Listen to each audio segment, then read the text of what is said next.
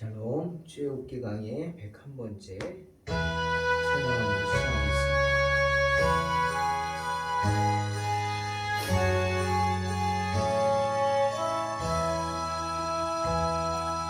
캄캄한 밤 사람은 바람 부를 때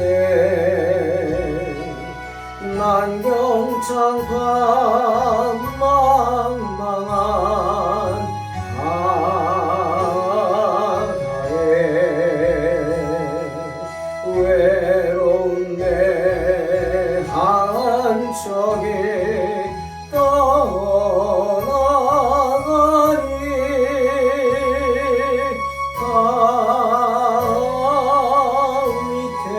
위태하구나 위태하구나 비바람이 무섭게 몰아치고 그 성나물 큰 파도 일때 저 뱃사고 어쩔 줄 몰라니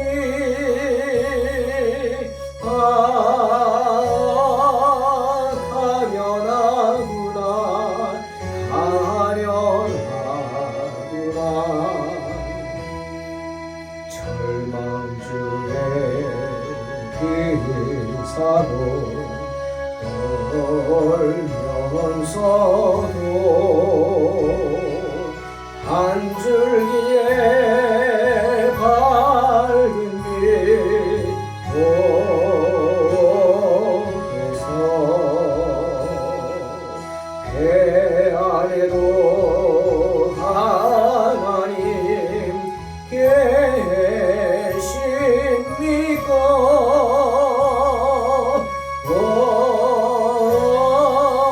기도 올린다 기도 올린다 아버지여 이 죄인 굽어보사 성난 풍랑 잔잔케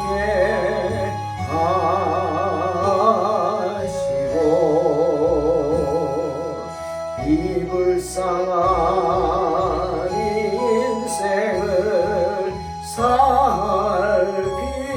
살피소서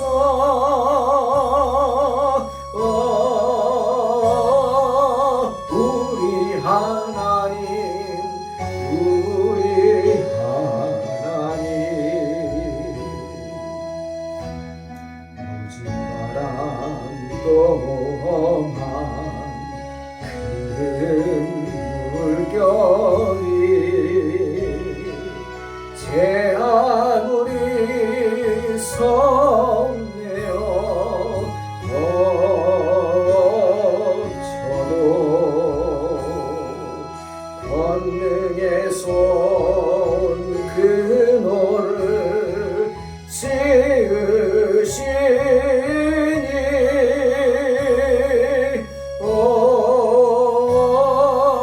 잔잔한 바다 잔잔한 바다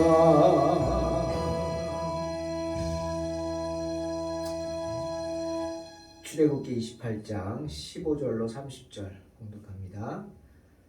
너는 판결 흉패를 에봇 짜는 법으로 금실과 청색, 자색, 홍색 실과 가늘게 꼰 배실로 정교하게 짜서 만들되 길이와 너비가 한 뼘씩 두 겹으로 네모 반듯하게 하고 그것에 네 줄로 보석을 물리되 첫 줄은 홍보석, 황옥, 녹주옥이요 둘째 줄은 석류석, 남보석, 홍만호요 셋째 줄은 호박, 백만호, 자수정이요 넷째 줄은 녹보석, 호만호, 벽옥으로 다 금태에 물릴지니 이 보석들은 이스라엘 아들들의 이름대로 12이라 보석마다 12지파에 한 이름씩 도장을 새기는 법으로 새기고 순금으로 노끈처럼 따은 사슬을 흉패 위에 붙이고 또 금고리 둘을 만들어 흉패 위 곧 흉패 두 끝에 그 두 고리를 달고 따은 두 금사슬로 흉패 두 끝 두 고리에 꿰어 매고 두 따은 사슬의 다른 두 끝을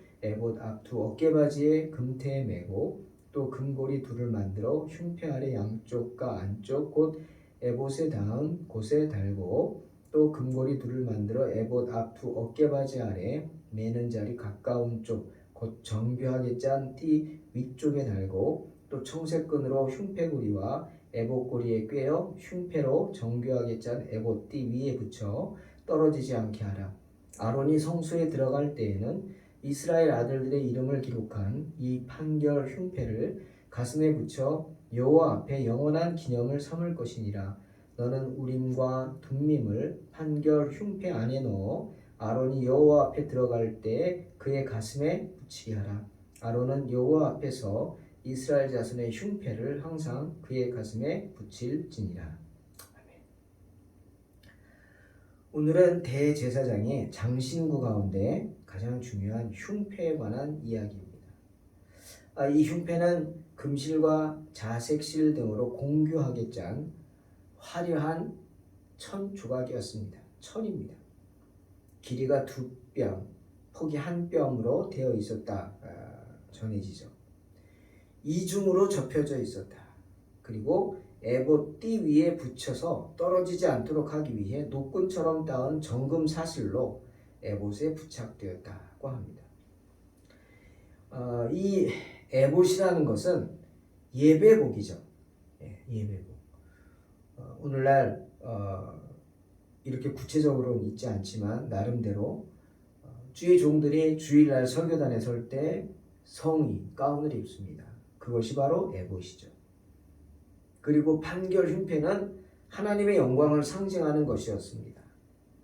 오늘날은 없지만 스토리라는 것을 걸칩니다.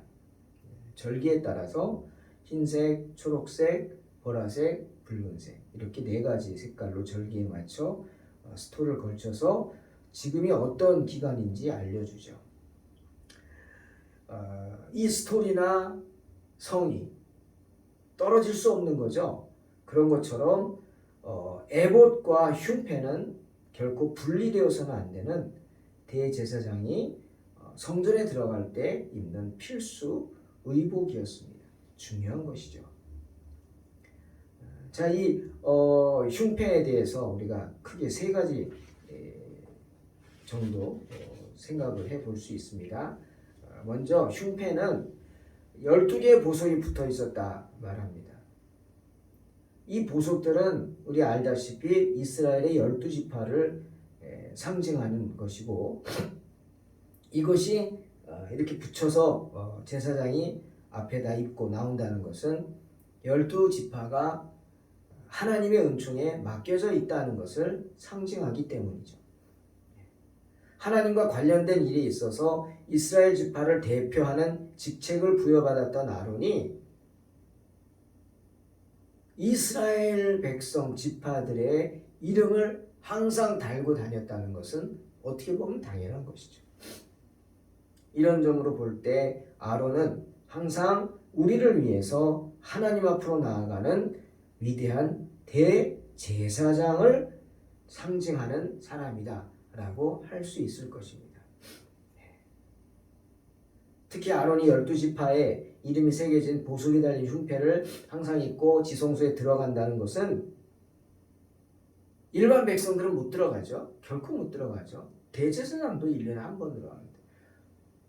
그런데 아론을 통해서 그들의 지파의 이름이지만 이름 적힌 지파들이 들어가서 하나님을 만날 수 있다는 거죠. 은혜죠. 은혜를 상징하는 겁니다. 아론이 이스라엘 백성들의 위대한 대제사장, 중보자라는 사실을 의미하는 것입니다. 오늘날 우리는 어떨까요? 우리도 마찬가지죠. 하지만 우리는 이때처럼 1년에 한 번이 아니라 시도 때도 없이 지성소 앞으로 나아갑니다. 지성소가 뭡니까? 하나님의 보좌 앞이죠. 우리는 언제든지 몇 시부터 몇 시까지가 아니라 언제든지 언제든지 하나님 앞에 나아갈 수 있습니다. 누구를 통해서? 우리의 대제사장이신 예수 그리스도. 대제사장의 흉패가 아닌 예수 그리스도를 통해서 믿음으로 우리는 언제든지 지성소에 들어갈 수 있다는 사실. 하나님 앞으로 나아갈 수 있죠. 그리스도와 함께 하늘에 앉을 수 있게 됩니다. 에베소서 2장 4절 6절에서 긍휼이 풍성하신 하나님이 우리를 사랑하신 그 큰 사랑을 인하여 허물로 죽은 우리를 그리스도와 함께 살리셨고 너희는 은혜로 구원을 받은 것이라. 또 함께 일으키사 그리스도 예수 안에서 함께 하늘에 앉히셨다 분명히 말씀하시기 때문입니다. 또한 각 지파의 이름이 보석에 새겨졌다. 이 말을 하면 다들 나는 무슨 보석일까? 이게 궁금하죠? 아닙니다. 그런 거 궁금해하지 말고 어느 것든 보석입니다. 무엇이든 12개 다 보석이에요.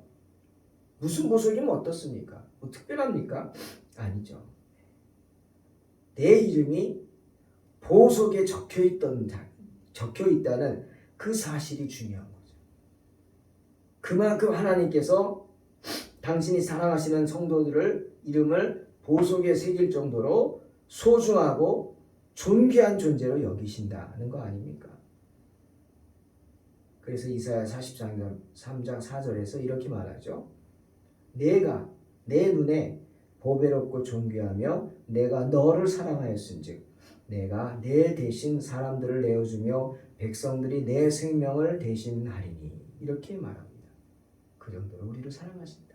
또 말라기 3장 17절 만군의 여호와가 이르노라 나는 내가 정한 날에 그들을 나의 특별한 소유로 삼을 것이며 또 사람이 자기를 섬기는 아들을 아낌같이 내가 그들을 아끼리니 말씀하십니다. 아들 아낌같이 사람이 아낀다.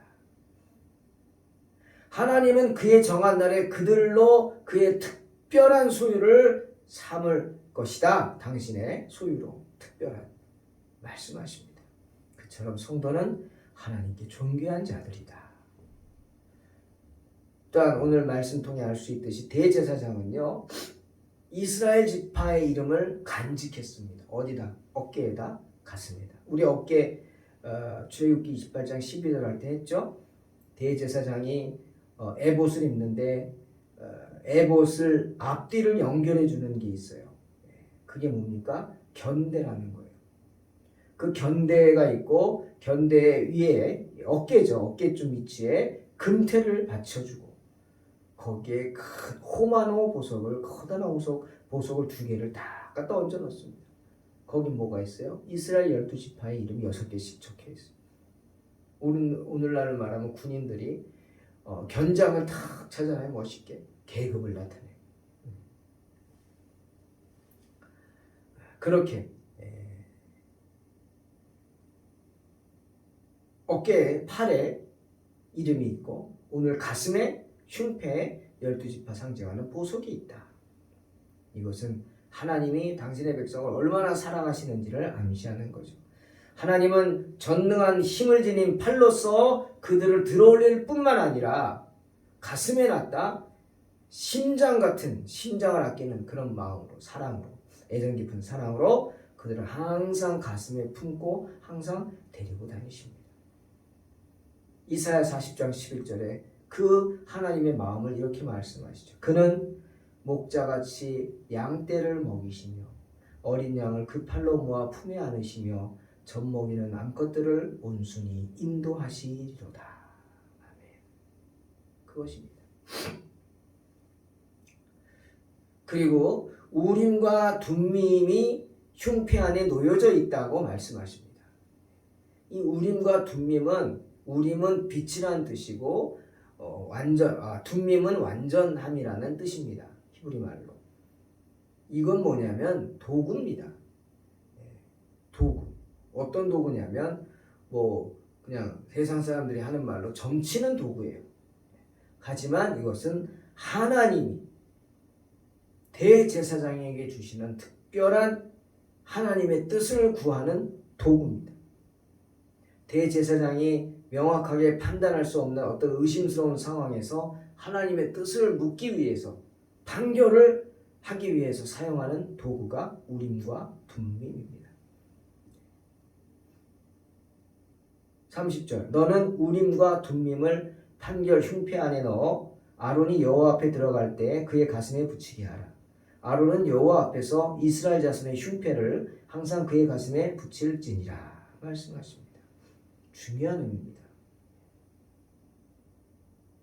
하나님은 대제사장에게 우림과 둠밈, 즉 둠밈, 빛과 완전함이라는 그러한 판결 흉패를 주셨습니다. 그리고 그것을 가슴에 항상 붙이고 다녀라. 즉 대제사장 아론에게 빛과 완전함에 이를 수 있는 능력을 주시겠다는 겁니다. 심판권을 주시겠다는 겁니다. 이렇게 번역할 수 있어요. 때문에 어떤 어려운 상황에서 최종 판결은 누가 합니까? 아론이 합니다. 아론이 자기 뜻을 하는 게 아니라 하나님의 뜻을 물어서 하는 겁니다. 그 뜻을 묻는 도구가 우림과 둠밈입니다. 이것이 무엇을 뜻하는 건지 아시죠? 이스라엘이라는 나라는, 하나님의 나라는 신정 통치를 받는 나라라는 겁니다. 신정 통치. 신정. 하나님이 친히 다스리시는 통치를 받는 나라. 그게 하나님의 나라입니다. 여러분, 노파심입니다. 교회는 다수결이 지배하는 조직이 아닙니다. 착각하지 마세요. 민주주의 하지만 교회는 민주주의가 아닙니다. 많은 성도들의 의견을 존중하고 그 의견을 따르려고 애쓰지만 최종 결정은 누가 합니까? 하나님이 하십니다. 누가 합니까? 하나님이 우림과 둠밈을 준 대제사장, 주의 종이 하는 겁니다. 이게 하나님이 세우신 질서입니다.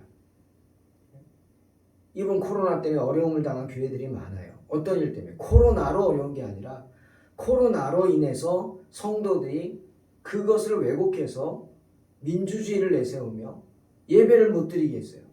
이 시국에 어디 모이면 장로님들이 당회에서 그러니 힘없는 목사님들은 따라갈 수밖에 끝까지 반대하고 주장한 사람들은 아니지만 그 예배가 사라졌어요.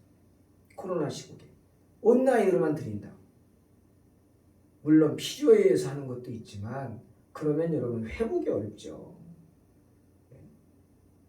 우리가 결정했으니까 따르라고 하면 안 되는 겁니다. 하나님의 뜻이 무엇인지 구해야 되죠. 하나님의 뜻은 예배를 없애는 거 아닙니다. 어떻게 하든 최선을 다해서 예배를 드리는 거예요. 저희 교회 한 번도 코로나 시국에 쉰 적 없죠. 너무 감사하죠. 저는 그랬죠. 못 나오셔도 됩니다. 본인들이 판단하시고. 하지만 저희는 나옵니다. 저희들 식구 5이니까 적어도 5명은 예배 드립니다. 이렇게 선포를 했죠. 그랬더니 놀랍게도 정말 안 빠지고 다들 나와주셨죠. 너무 감사하죠. 그게 신앙입니다. 저는 그게 우리 동탄 소망교회가 복받는 비결이라고 믿습니다. 명심하세요. 교회는 다수결의 사회가 아닙니다. 민주주의 사회가 아닙니다. 교회는 신정 통치의 사회입니다. 하나님이 다스리시고 하나님이 책무를 맡기신, 그래서 우림과 둠밈을 그 가슴에 주신 주의 종이 최종 책임을 지고 이끌어가는 것이 주의 몸된 교회입니다. 그러니 주의 종이 바로 서야죠. 그 여러분이 주의 종을 위해 기도해야 합니다. 아멘. 모세도 그랬고 여호수아도 그랬고 신정 통치에서 모세가 자기가 이제 죽고 가나안에 못 들어가는 걸 알고 하나님께 묻습니다. 하나님 누구를 내 후계자로 세웁니까? 그러니까 하나님이 여호수아를 지명하면서 세워라, 그게 아니라 이렇게 말합니다. 민수기 27장 21절. 여호수아는 제사장 엘르아살 앞에 설 것이라. 엘르아살은 그를 위하여 우림의 판결로서 여호와 앞에 물을 것이며 그와 온 이스라엘 자손 곧 온 회중은 엘르아살의 말을 따라 나가며 들어올 것이라. 여호수아를 새기는 게 하나님의 뜻인지 제사장이 우림과 둠밈으로 그 뜻을 물으라는 겁니다. 그리고 결정된 것을 너희는 따르라는 겁니다. 여러분, 이게 신정 통치입니다.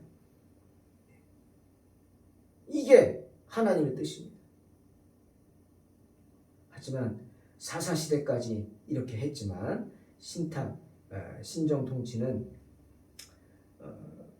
포로 시대 이후로 완전히 상실되어서 결코 되풀이되지 않았습니다.